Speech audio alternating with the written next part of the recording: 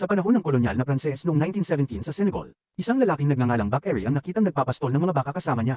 Anak, tierno, nakatira sila sa isang napakahirap na nayon. Ngunit ang mga tao doon ay namuhay ng masaya at mapayapa. Hanggang isang gabi, nakatanggap si Bakary ng balita na ang mga Pranses. Ang hukbo ay patungo sa kanyang nayon upang salakayin ng mga kabataan.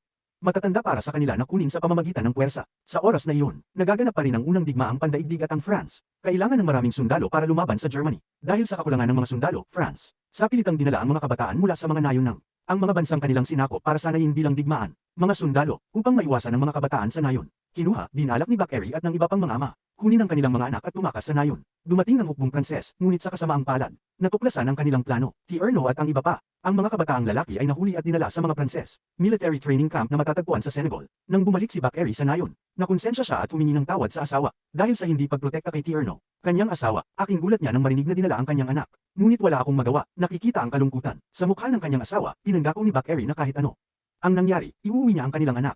Kinabukasan, nagpunta si Bakary sa militar ng Pransya, kampo ng pagsasanay. Nagplano siyang mag-disguise bilang isang voluntaryo na gustong sumali sa digmaan at pagkatapos, kinukumpirma kung nasaan si Tierno sa loob ng kampo. Umaban si Bakary. Siya ay mapalad sapat na upang diin ang mga opisyal sa pamamagitan ng pagpapanggap na siya ay 30 taong gulang.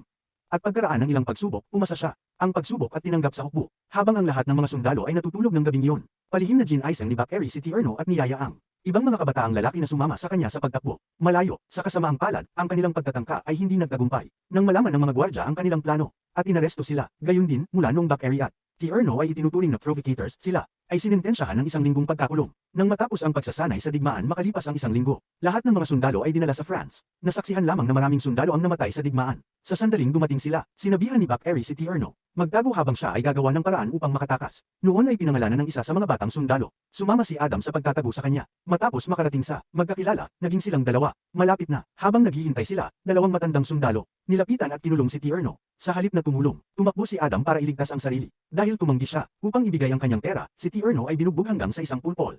At lahat ng baon niyang pera ay kinuha. Hindi nagtagal, isang sarhento ang nagngangalang. Nakita ni Selif na nagkataong dumaan si Tierno. Nakahiga sa lupa at saka dinala si Tierno sa bar. Matapos gamutin, nataranta si Tierno para makita ang napakaraming black and white na sundalo na nag-uusap. Casual sa isa't isa, kahit isang taong kasing taas. Dahil walang problema ang tenyente sa pagbitay. Palabas, kasama ang mga ordinaryong sundalo. Sa gitna ng kalituhan, isang tenyente na nagngangalang Chambro ang kumusta at ipinaliwanag na walang hierarchical system. Sa kanyang batalyon, ang lahat ng mga sundalo ay magkakasama. Antas, sila ay lumaban at namatay ng magkasama, at ang pinakamahalagang bagay ay hindi nila gagawin. Iwanan ang ating mga kaibigan. Chambro pagkatapos ay nag-alok Tierno na sumali sa kanyang batalyon, nang marinig yun, para lang maging ligtas para hindi siya mabuli.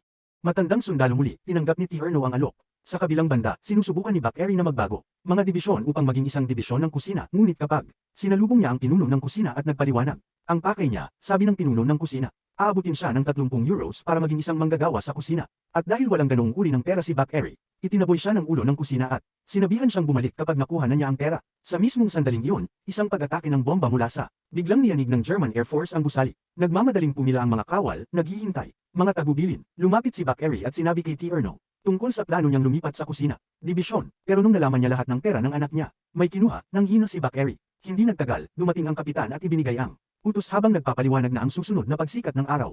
Panahon na para magsagawa sila ng sorpresa, atake, kung nagtagumpay sila sa pagkatalo. Ang huling depensa ng Germany sa mabulol na lugar, tiyak na mananalo ang France sa digmaan. Pagkatapos, pagbibigay ng mga tagubilin, umalis ang lahat ng tropa. Pagdating sa larangan ng digmaan, nagtago ang mga sundalo. Ang mga trenches buong gabi, naghihintay sa pagsikat ng araw. At nang dumating ang oras, Chambro, agad na sinabihan ng kanyang mga tropa na maghanda. Bakary, na natakot, sinabihan sina Tierno at Adam na manalangin. Magkasama bago ang digmaan. Habang hinihintay ang utos, patuloy na nag-aalala si Bakary. Tierno, wala siyang pakialam kung nanalo si France o nawala dahil ang iniisip niya ay sa anak niya. Kaligtasan, ngunit nang magbigay ng utos si Chambro, napilitang simulan ng mga sundalo ang kanilang pag-atake. Ang panig ng Pransya ay binomba ng mga bomba at mga bala. Nakalulungkot, si Adam ay tinamaan ng mga pampasabog at namatay. Ang makita ang kanyang kaibigan na namatay bago siya. Sariling mga mata ginawa Tierno na puno ng galit at sa kanyang sigaw ng digmaan, tumakbo siya para umatake. Nakita ni Bakary sa kanya at sinubukang hulihin siya, umaasa na magagawa niya. Pigilan mo siya bago pa maging masama. Sa kabutihang palad, nagawa niyang saluhin at hawakan. Nabigo ang mga tropang Pranses at napilitan.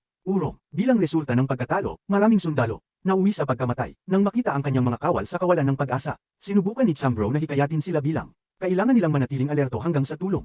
Dumating, pagkatapos ay sinabihan niya si Tierno na sumakay. Bantay, sinusubaybayan ang mga galaw ng kalaban.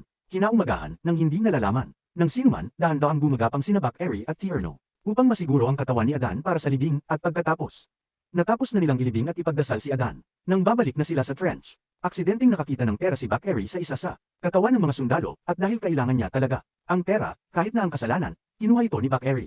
Sa hapon pagkarating ng tulong, dumating ang tropa, bumalik sa headquarters, at pagdating sa punong tanggapan, sumugod si Bakeri upang hanapin ang pinuno ng dibisyon ng kusina, ngunit nang magtanong siya, sinabi sa kanya ng isa sa mga manggagawa na ang posisyon ng ulo ng kusina ay kinuha sa pamamagitan ng isang puting tao. Sinabi rin niya na mula noong puti, pinalitan ng lalaki ang ulo ng kusina, mga itim na tao ay inapi na parang mga alipin. Naramdaman ni Bakeri, mahina, ang tanging pag-asa na makaiwas sa digmaan ay nawala. Sa kabilang banda, sa bar, tumawag si Chambro, T. Erno at hiniling sa kanya na palitan ng corporal, na namatay sa larangan ng digmaan, at kahit na gusto niyang tumanggi, utos kasi, mula sa kanyang mga nakatataas, sa gusto o hindi, si T. Erno ay pinilit na tanggapin ang posisyon. Pagkatapos ay sinabi niya sa kanya, ama tungkol sa kanyang bagong posisyon at sa kanyang problema, dahil kung siya ay nagsilbi bilang isang corporal, ang kanyang ama ay automatikong magiging isang subordinate na kailangan sumunod sa kanyang utos, ngunit walang problema si Bakeri. Basta ligtas ang kanyang anak, handa siyang maging kanyang kampon basta makabalik si T. Erno. Nakauwi ng ligtas, natuwa si T. Erno sa narinig. Kinaumagahan, pagkatapos ng opisyal na paglilingkod bilang si corporal, binigyan ng bagong uniforme si T. Erno. Isang pulang beret sa kanyang braso. Nang suotin niya ang shirt, nakaramdam siya ng labis na pagmamalaki. Ito ang unang pagkakataon na pumasok kanyang buhay na may narating siya. Siya, hindi inaasahan na isang binata mula sa isang ang mahihirap na nayon ay maaaring maging isang corporal. Nang gabing yun bago matulog, sina Bakeri at T. Erno, na missed home, nagkwentuhan habang nag-i-imagine. Ang saya makipagbiruan kasama ang pamilya sa bahay. Sa kalagitnaan ng pag-uusap ay naramdaman ni T. Erno. Nag-aalala tungkol sa kanyang ina at kapatid na babae mula noong sila wala sa bahay at walang tao sa kanilang tabi. Bakeri, tumahimik at pinag-isipan iyon sa kanyang isipan. Ang susunod na umaga kapag ang mga sundalo ay nagsasanay, nagsimulang magbigay ng mga utos si T. Erno. Ngunit nang makita niya ang kanyang ama na nahuli sa barbed alambre at nasugatan at gustong tumulong, Silif, pinagbawalan siya. Pinaalalahanan siya ni Silif na hindi mahalaga kung gaano kahirap ang mga kondisyon, isang sundalo dapat marunong maging independent. Sinabi rin niya, T. Erno, na maging mas mahirap sa kanilang nasasakupan. Hindi dapat malambot ang corporal upang ang kanilang relasyon ay hindi natuklasan. T. Erno ay pinilit na pagalitan ng kanyang ama at inuutusan. Gumapang muli, kahit na nasaktan siya, sa pamamagitan ng utos ng sariling anak, sumunod pa rin si Bakeri. Sa hapon, pagkatapos magamot, si Bakeri, palihim na lumabas ng base upang hanapin ang daan pauwi. Nang suriin ang mga bahay ng mga residente, siya, aksidenteng nakilala ang isang sundalo na nagngangalang Birama. Kailan, nalaman ni Birama na nagpaplano si Bakeri. Para makatakas, niyaya niya itong magtulungan. Nagtago sila at sinabi sa isa't isa ang dahilan kung bakit gusto nilang tumakas, at dahil sila nagkaroon ng something in common, naging close ang dalawa. Kinagabihan, dumating si T. Erno upang humingi ng tawad sa kanyang ama. Para sa kanyang walang pakundangan na pag-uugali ngayong umaga, nakikita ang kanyang sincerity ng anak, pinatawad siya ni Bakeri. Pagkatapos, ipinaliwanag ni T. Erno ang pinakabagong mga kondisyon sa larangan ng digmaan at sinabi sa kanyang ama na ang tanging paraan upang bumalik sa bahay ay upang manalo sa digmaan at nagkaroon walang ibang pagpipilian. Hiniling niya sa kanyang ama na maunawaan at itigil ang pagkilos ng walang ingat. Bilang isang corporal, nangako siyang paprotektahan siya hanggang sa ang digmaan. Tapos para sabay silang umuwi, pero si Bakeri tumanggi dahil masyadong malaki ang panganib. Siya ay hindi siguradong makakaligtas sila, at kung mamatay ang isa sa kanila, magiging walang kabuluhan ng lahat. Sa simula, ang layunin ay umuwi, hindi digmaan. Hindi siya pumayag kung ang isa sa kanila ay kailangang isakripisyo ang kanyang buhay para lamang sa ipagtanggol ang France na sumikop sa kanilang bansa. Sa loob ng maraming taon, nagtalo silang dalawa hanggang sa pinakain si Bakeri sa inaasal ng kanyang anak at pinalayas siya. Pumunta si T. Erno sa bar para kumalma. Doon, nakilala niya si Chambro. Habang umiinom ang dalawa, tinalakay ang mga estratehiya sa pag-agaw ng Aleman. Pagtatanggol, naramdaman ni Chambro ang pagkatalo ng France. Kahapon ay tiyak dahil sa kanila, direktang pag-atake, at upang hindi na iyon mangyari. Muli, nagplano si Chambro na baguhin ang mga taktika. Nais niyang upang lumikha ng isang espesyal na squad ng 10 sundalo, na sa ibang pagkakataon ay lumipat ng hiwalay upang kunin sa post ng komunikasyon ng kaaway. Kung sila nagtagumpay sa paggagambala sa komunikasyon ng kaaway, saka lang nila masisira ang kanilang mga depensa. Madali, inutusan ni Chambro si T. Erno sumali sa espesyal na squad na kanyang nilikha. Matapos talakayin ng diskarte, si T. Erno ay tumambay kasama ang iba pang mga corporal. Nakaon, sa kabilang banda, pinagmamasdan ni Bakeri ang kanyang anak mula sa ang bintana. Napagtanto niyang nagbago na ang kanyang anak. Ang kanyang anak na dating mabuting anak ay naging isang suwail na bata. Pakiramdam niya ay nabigo siya bilang isang ama. Kinabukasan, sa gitna ng malakas na ulan, naghanda ang mga tropang Pranses na salakayin ng Aleman. Depensa sa maburol na lugar. Ayon sa plano, lahat ng mga sundalo ay naghihintay ng hudyat sa trench habang 10 piling sundalo, kabilang ang Chambro, Silif, at T. Erno ay lumipat. Tahimik patungo sa poste ng komunikasyon ng kaaway. Nang makitang umalis si T. Erno, labis na nag-alala si Bakeri.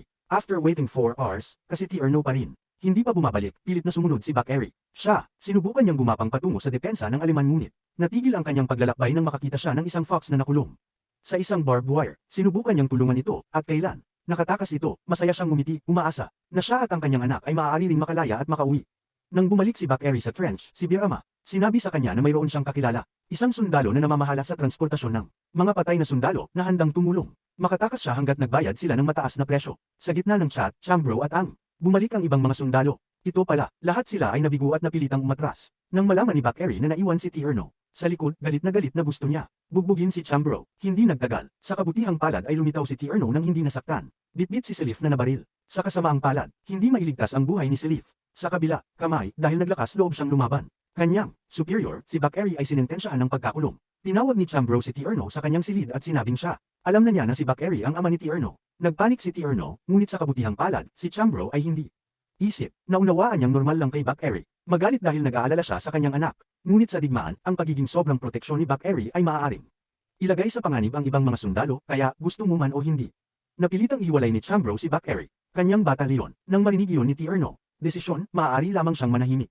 Kinaumagahan, sa pagbalik sa punong tanggapan, dahil wala silang sarhento sa kanilang batalyon, hinirang si Tierno para palitan si Silif. Samantala, sa ibang lugar, nakita sina Bakeri at Birama na nagbabalak magnakaw. Pero sa kusina, matapos magtago ng matagal, oras nang umalis ang mga manggagawa sa kusina, ang dalawa sa nagsimula silang maghanap, ngunit ang mga manggagawa sa kusina, bumalik at natagpuan silang pulang kamay. Wala silang ibang pagpipilian kundi ang labanan at patayin ng mga saksi. Pareho silang nakatakas sa pinagtataguan. Habang binibilang ni Birama ang ninakaw na pera, nagulat si Bakeri. Ito ang unang pagkakataon sa buhay niya na ninakaw niya sa isang tao. Sa hapon, sa oras ng pahinga, sina Tierno at ang iba pang mga sundalo ay nag-uusap tungkol sa isa't isa. Ang kanilang mga plano pagkatapos ng digmaan. Most wanted, na ipagpatuloy ang pagiging sundalong Pranses dahil sigurado sila sa kanilang kinabukasan. Doon, kaysa bumalik sa nayon, ngunit hindi interesado si Tierno. Sa kabila ng mapang-akit na sweldo bilang sarhento, pag-uwi at mas masaya ang pag-hangout kasama ang kanyang pamilya. Kinaumagahan, si Bakeri, hinala na si Tierno ay kikilos ng walang ingat tulad ng kahapon. Palihim na pumasok sa opisina ni Chambro. Habang nakikinig sa pulong, ang kanyang hinala ay tama, Tierno, kasama si Chambro at ang iba pang mga corporal ay nagbabalak na sakupin ang muli ang post ng komunikasyon ng kaaway. Sila rin, bumuo ng isa pang espesyal na pangkat. Matapos marinig ang tungkol sa ang plano ni Chambro dahil ayaw niya sa anak niya. Para makisali, naghanda agad si Bakeri paraan para makatakas bago magsimula ang digmaan noong gabing iyon. Sa hapon, pagkatapos ng paghahanda ay inimbitahan ni Bakeri si Tierno na tumakas gamit transport cart. Kung sila ay matagumpay, nilagpasan ng mga gwardya, kailangan lang nilang pumunta sa daungan at sumakay sa isang barko pabalik sa Africa kahit papaano. Ayaw sumama ni Tierno, hindi siya sigurado sa kanila. Gagawin itong ligtas sa daungan dahil ang daungan ay binabantayan din ng mga Pranses. Hukbu, nakita ni Bakeri ang ugali ng kanyang anak. No other choice kundi pilitin siyang sumunod. Pagkatapos ay nagmamadali silang sumakay sa kariton na mayroon napaghandaan at pinalad na makapasa sa guard post na walang kaunting hinala, ngunit pagkatapos umalis sa base ng sapat na malayo at huminto, nagulat si Bakeri nang makitang wala si Tierno. Sinabi sa kanya ng sundalong nagdadala sa kanila na si Tiern. Nagkaroon, tumalon at bumalik sa punong tanggapan ng matagal. Bago sila tumigil, nang marinig yun ni Bakeri, nag-aalala siya, natatakot na si Tierno. Sasali sa pag-atake, sabi ni Bakeri, Birama na ipagpatuloy ang kanyang paglalakbay habang gagawin niya. Bumalik sa punong tanggapan upang sundan ang kanyang anak. Nang sumapit ang gabi sa larangan ng digmaan, si Tierno ay nakita kasama si Chambro at ang mga corporals nakakakuha, handang tambangan ng post ng komunikasyon ng Aleman. Habang ang natitirang mga sundalo ay nagtago sa mga trenches, naghihintay ng signal para umatake. Kapag ang lahat handa na, sumulong sila. Sa kabilang banda, kamay, nang makarating si Bakery sa punong tanggapan at narinig na si Chambro ang nagsimula ng pag-atake. Nagpanik siya saka nagmamadaling sumunod. Kapag papalapit sa post ng komunikasyon ng kaaway, Bakeri maraming biktima ang nahulog at kahit na siya lamang, nagkaroon ng kutsilyo upang iligtas ang kanyang anak o nanggahasan niya ang kanyang sarili. Para makalusot, buti na lang at nakaabot siya. Ang post, alisin ang ilan sa mga bantay at libre. Tierno at Chambro sa parehong oras, ngunit kapag gusto niyang ilayo si Tierno, ipinagbawal ni Chambro. Siya habang nakatutok ang baril at nagbabantang babarilan. Kung labag man siya sa utos niya kasi whatever nangyari, dapat magpatuloy ang misyon. Wala si Bakeri, pag-aalaga at nagpatuloy lang sa pagpunta kay Tierno, ngunit sa kalagitnaan ng pagtakbo palayo, malungkot siyang binaril. Nang makitang nasugatan ng kanyang ama, sinubukan ni Tierno na tumulong. Tumayo siya pero dahil tumagos ang bala, ang vital organs ni Bakeri, hindi na siya makatayo. Sa isang naghihingalong kondisyon, naisip pa rin ni Bakeri tungkol sa kanyang anak. Sinabi niya sa kanyang anak na bumalik sa bahay. Sa kanyang ina na kanina pa naghihintay sa kanya. At gabi, nang marinig niya ang sinabi ng kanyang ama,